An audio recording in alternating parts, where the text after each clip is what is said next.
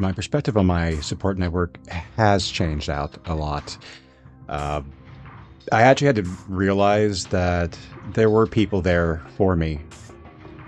It's just that they weren't there physically. Sometimes, because of the situation I was in and where I was at the time, I it it didn't feel like I had it because they weren't there. They weren't tangible. They were phone calls and text messages, which is still support because they were still helping me in the best way that they could. And I understand that now. At the time, I didn't. The time frame when that question was first posed to me was very, very raw emotions. And at the time, I was also very much alone. Physically, there were people in my life, but these were also people who had other things going on. And I was also, like I said, I said I was raw, but I think the best way to describe it was I was feral. I still am to a point, but it has changed a bit. And I've accepted this, and I've actually talked to them about it. And I said, hey, I'm sorry, I didn't, it didn't dawn on me, or I didn't put two and two together type thing. And these people were there, and it did tell me that even if we don't realize it, we still have people there for us, which is a positive. I had to eat some crow and apologize, but no, things are a little bit better, and I feel better now, and hindsight is 2020, but no, I still do feel like I do feel like I have a support network. It's still a small support network because people will deal with you on what they can handle, and I am a lot to handle.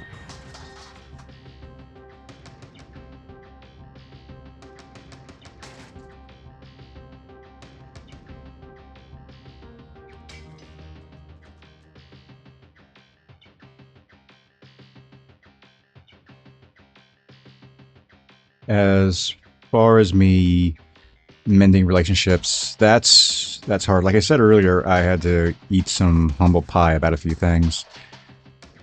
I've done a lot of things to survive the last couple years, and not all of my choices have been good choices, and I've had to do a lot more work. And I don't believe in telling people I'm going to do something. I believe in showing them that I've done something. And some of that's worked. There's been some discussion between me and some friends about my self-medication, why I've been doing it, the understanding of it, but also the understanding that I needed to really cut back, which I have. So there's that. I've also been a lot more open for people in my past to come back. 6 months ago, if an ex would have called me, I would have immediately hung up because I knew that they just wanted something from me. But they called me last month, and we talked one more time since then. Actual friendly conversations, which is kind of nice. And the friendship's back. I no longer feel like I had to put a wall up with people from my past. But that's not saying that I'm seeking these people out anymore. I'm very much if you want me in your life, you need to come find me. Otherwise, I'm just gonna be happy in my little cave, drinking my micro beers and going to work, playing my video games and my music and learning about odd bits of gaming lore. I don't need these people in my life, as far as I think. Reality could be completely different. But I'm not... I've lost a lot of people in my life. It feels like I may be losing some more here pretty soon to entropy. I'm just going to put it like that. One way or another. And I do need people in my life. I do need loved ones. I need people I trust. The hard part is finding those people in my past that I can still trust, or at least know how far I can trust them. I'm not sure how they feel about me or if they trust me or not, but that's a them problem.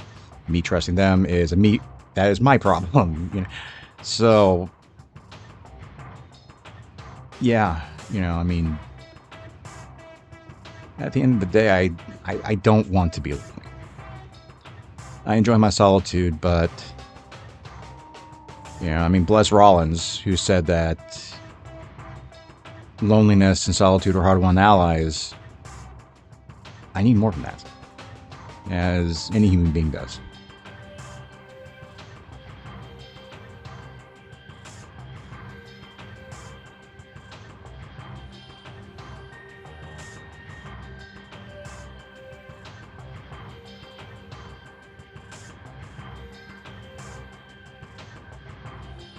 How has medication affected my daily life?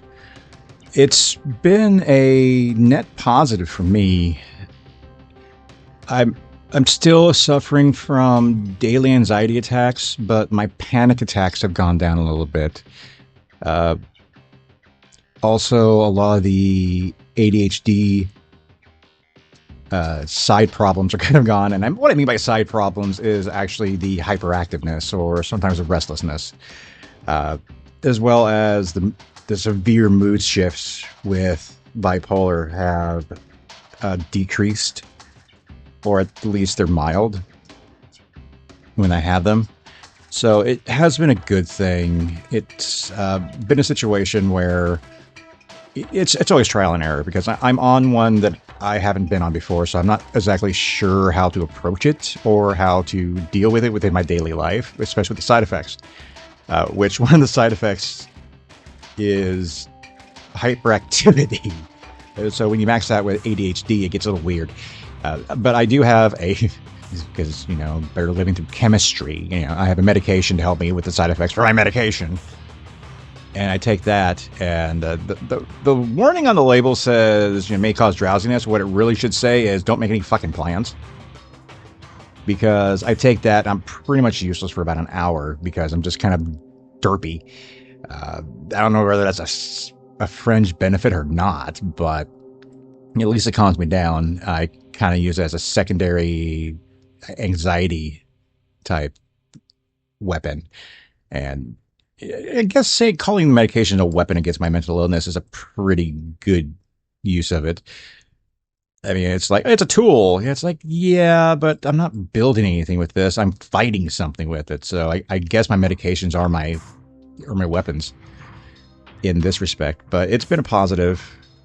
We're still getting things, me and my doctors, we're still getting things dialed in properly so that can be functional, which is the goal. Of course. I mean, who wants to be completely messed up all the time? I mean, I don't even like being buzzed or high constantly, which has been a benefit with this. Thankfully, and again, because of the medication, my drinking has gone down, my cannabis intake has gone down drastically. Some of that's because of availability, but a lot of it, it's also because of I just don't feel like I need it as much now that I'm on this medication.